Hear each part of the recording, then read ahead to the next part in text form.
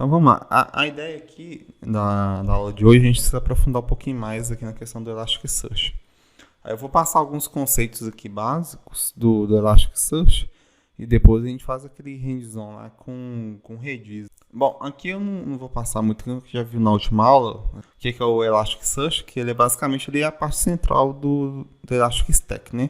Meio que o coração dele. Então, todos os dados estão armazenados nele ali, ele faz toda a gestão. O Elasticsearch ele tem uma classificação de cluster. O que seria um cluster? Um cluster seria você ter mais de uma máquina do Elasticsearch e caso uma pare de funcionar, você continua com o seu cluster ativo e você consegue ainda fazer suas leituras e suas gravações. Então vamos supor que o Node 1 que caia, desliga, por algum motivo para de responder, você ainda tem duas máquinas aqui disponíveis para continuar operando o seu Elasticsearch. O recomendado aqui é você ter no mínimo três nós aqui do Elastic para você manter uma disponibilidade dele. A gente tem vários tipos de nós aqui, de nodes. A gente tem um node de master e de data, são os dois principais. A gente tem alguns outros, mas eu não vou entrar aqui muito em detalhe. Basicamente a gente tem um node de master aqui. O que o node de master vai fazer? Ele vai fazer todo o controle dos índices. Então, por ele você vai conseguir apagar o índice, adicionar um novo campo, remover um campo. Toda a gestão, ele que vai fazer dos índices, ok? E você tem um node aqui de data. O node de data é onde você vai armazenar os seus arquivos, seus índices, ok? Que são os documentos. Então, dentro dele, você tem ali como se fosse um banco de dados onde realmente vai estar armazenado o seu conteúdo. Então é sempre bom você ficar atento aqui, o próprio site da Elastic fala para você ficar atento à métrica de memória CPU, porque toda consulta que você faz no Elastic vai impactar aqui no Node Data, porque é onde o seu dado está armazenado. Então sua consulta vai bater lá para você retornar um valor. Então é sempre bom você ficar atento às métricas aqui de recurso mesmo da máquina. E ele é um que consome muita memória. Então você vai reparar que provavelmente o seu Elastic sempre vai ficar com um consumo de memória alto, porque é um dos recursos que ele mais consome. A gente tem o Kibana aqui, que a gente já viu aqui na última aula, que é onde você vai conseguir visualizar ali, gerenciar todo o seu Elasticsearch através de uma interface web. O Logstash é onde a gente vai conseguir coletar as informações. A gente vai utilizar o Logstash aqui hoje para a gente pegar as métricas de um servidor web e enviar, na verdade, consumir as métricas de um servidor web do Redis e enviar aqui para o Elasticsearch. A configuração do Logstash é bem simples. Basicamente, você coloca aqui um input, que é da onde que ele vai coletar a informação, e o output, para onde que ele vai enviar aquela informação. E aqui você tem uma configuração que o próprio Elastic passa. Então aqui você tem o input e aqui embaixo o output. Aqui no meio você tem os parâmetros de como que ele vai personalizar aquele arquivo de log ou aquele texto.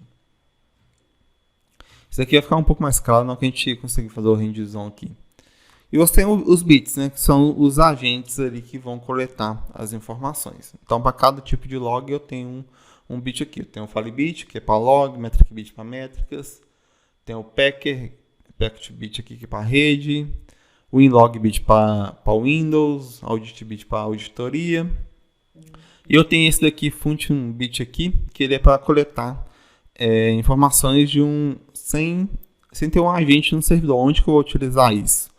Se eu tenho um servidor serverless, um Lambda da AWS, por exemplo, que é algo baseado ali no código, você consegue, você utiliza no caso aqui esse bit, que é um bit que você não tem um agente ali instalado no servidor. E o Redis, então o que acontece? Ele é um banco de dados, só que qual que é a principal diferença dele? Os bancos de dados normalmente você armazena o dado no HD, né? No disco. O Redis ele vai armazenar na memória. Então, a velocidade dele é muito mais rápida que um banco de dados convencional. E ele é baseado em chave-valor. Então você pode usar ele tanto para banco de dados quanto para cache também, porque ele retorna um resultado muito rápido, porque todo dado está na memória dele, está em memória, não em disco. Então por isso ele é muito mais rápido, entendeu? Então você pode utilizar ele tanto para banco de dados quanto para cache. E deu uma introdução rápida aqui, vem para a prática rápida. Então qual que é a ideia aqui? Eu tenho um servidor, uma máquina aqui. Essa máquina aqui tem um Docker. E através do Docker eu vou subir aqui o Elasticsearch, tudo em Docker, né? Elasticstack aqui, o Elasticsearch e o Kibana. E o Redis também, eu vou subir ele em Docker. E eu vou ter aqui instalado na minha máquina um servidor Nginx e um Firebase para coletar os logs. Então aqui, servidor Nginx, eu tenho o Firebase para coletar os logs desse servidor. O Firebase vai enviar para o Redis os logs. E o Logstash, apesar que eu esqueci de colocar o Logstash aqui, ele vai coletar os logs aqui e vai enviar para o Elasticsearch. Por que utilizar o Redis aqui e não enviar direto para o Elasticsearch? Eu tenho aqui o Firebase e estou enviando direto. Com o Redis aqui eu consigo ter um controle do meu dado. Então se o Firebase envia muito log para o Elasticsearch, eu posso travar meu Elasticsearch, entendeu? Então no Redis aqui eu consigo ter um controle. Essa é uma das funções, ok? E ele está como banco de dados ali. Então, se por algum motivo o meu Elasticsearch ficou fora do ar, eu também vou ter meus dados aqui no Redis. Então, vamos supor que teve um incidente aqui e meu Elasticsearch ficou parado por 4 horas. No ambiente comum, eu poderia perder esses dados de 4 horas aqui do meu servidor, dos logs do meu servidor. Mas eu vou manter ele aqui no Redis ali. E quando o meu servidor do Elasticsearch voltar, ele volta e pega os dados aqui no Redis. Então tem essas duas funções. Eu posso fazer um controle aqui de volumetria e também, caso eu tenha um incidente aqui no Elasticsearch, eu tenho os dados ali, eu retenho os dados no Redis até o meu Elasticsearch voltar, ok? A parte que eu vou utilizar minha máquina aqui mesmo. Então, com base ali no nosso desenho, qual que é a primeira coisa que eu tenho que fazer? Eu tenho que subir o Elasticsearch. Então, o que eu vou fazer? Eu tenho um arquivo aqui, o próprio site da Elastic disponibiliza, que é um Docker Compose. Basicamente, o que eu vou fazer? Ele está aqui baixando a imagem aqui do Elasticsearch e passando os parâmetros, ok? Não tem muito segredo aqui não. E aqui ele criou três nodes aqui. Então a gente tem um cluster aqui com 3 servidores, ok? Então o que eu vou fazer? Eu vou dar aqui um docker -compose up-d. E aqui ele vai baixar lá as imagens. No meu caso aqui eu já tenho as imagens local na minha máquina, por isso que não baixou. Mas ele criou 3 máquinas aqui do Elasticsearch. Então se eu der aqui um docker container ls, ele vai listar aqui todos os containers que eu tenho na minha máquina. E aqui eu tenho aqui meus 3 servidores aqui do Elasticsearch. Ok? Então aqui eu teria 3 nós aqui. Ou poderia ser 3 máquinas, aí vai depender do seu ambiente. Mas aí com o Docker aqui a gente subiu rapidinho. Eu já tenho rodando aqui um Redis, que eu posso até matar ele se precisar. Deixa eu só mandar aqui para vocês o comando do Redis. É bem simples, não tem, é só um Docker Run que eu rodei. Eu executei esse Docker Run aqui, tá aqui o comando no chat. E também o Kibana também foi um Docker Run. Então basicamente foi esses comandos aqui que eu utilizei. Não tem muito segredo não. Lá no curso lá de Docker, lá, não sei se vocês já chegaram na parte do Docker Compose aqui do Docker, é bem tranquilo a utilização. Isso tudo aqui já está lá no site da Elastic ou lá no Docker Hub também, beleza? Então se eu tentar abrir aqui, deixa eu ver se eu consigo abrir já o nosso Kibana. O primeiro passo aqui é a gente ter o Kibana disponível. Então eu posso estar aqui no localhost e ele tem que acessar aqui o Elastic. Beleza, eu já estou com o meu Elastic, mas ele não tem nada por enquanto, tá limpo. O que eu tenho que fazer agora? Eu tenho que instalar aqui um servidor do Nginx e também eu tenho que instalar o Logstash aqui para a gente configurar os logs, ok? Vamos lá. Deixa eu só pegar aqui. Então, eu estou usando o Ubuntu aqui. Eu vou dar aqui um apt-get install nginx.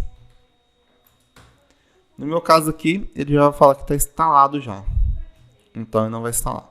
Caso o de vocês não esteja instalado, ele vai instalar. E para mim instalar o Logstash, quais são os passos? O próprio site aqui do Elastic já fala como que você instala. Então você pode vir aqui no Google mesmo, digitar Logstash install. E aqui você já tem o passo a passo de como que você instala. Então aqui, ó, ele basicamente pede para você baixar, cadê aqui? Para você instalar aqui o repositório. Adicionar o repositório aqui na sua máquina. E depois você pode dar aqui um apt install logstash. Basicamente são esses dois passos aqui para você instalar seu servidor.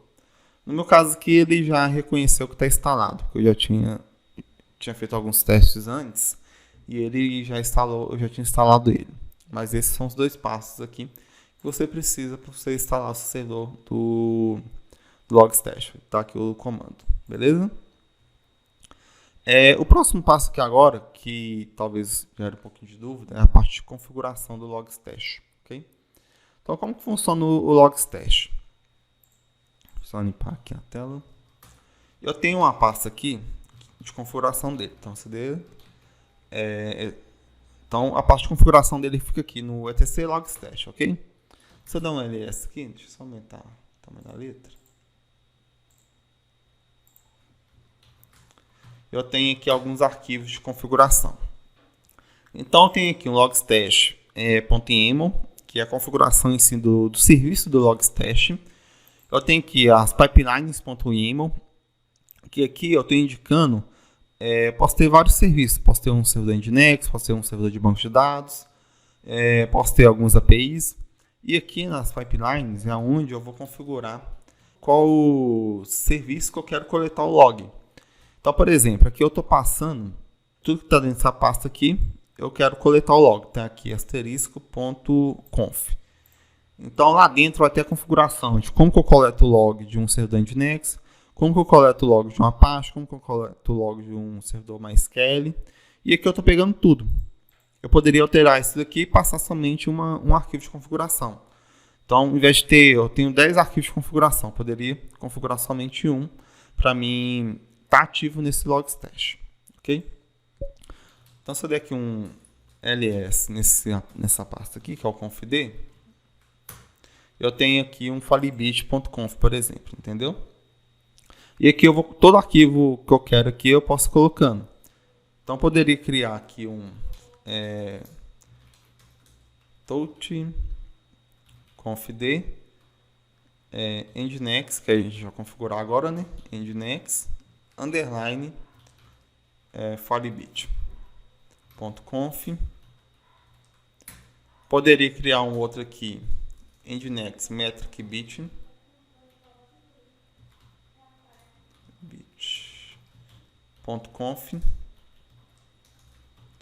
Tenho dois arquivos aqui agora dentro do .conf. 3 arquivos, na verdade.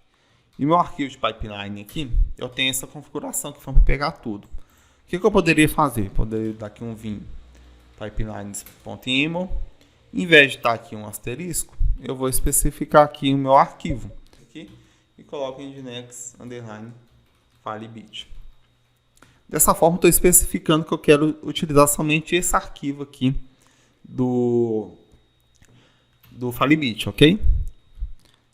E eu vou ignorar aqui o meu arquivo aqui do metricbit, ele vai ignorar, e esse arquivo aqui, Falibit, também ele vai ignorar. Ele vai pegar somente, vai fazer somente o que está dentro desse arquivo aqui do Nginx Falibit, ok?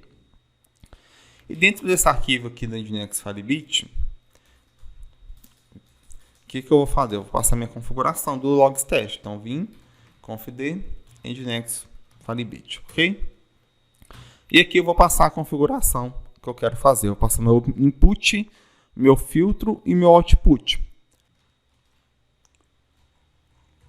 Então, aqui basicamente aqui eu tenho um input. Eu passo aqui a chave do Redis que eu quero gravar, ok? E o tipo aqui dessa chave, que vai ser tipo lista, ok? Isso aqui é a configuração do Redis. E aqui embaixo, ó, eu tenho a configuração do Logstash.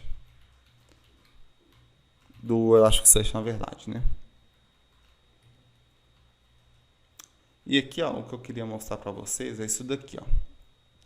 Essa daqui é a mensagem que o Nginx grava. Então, a primeira coisa que o Nginx grava é um IP.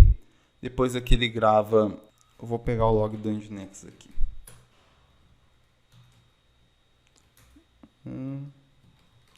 Só para vocês verem aqui. Tail-f,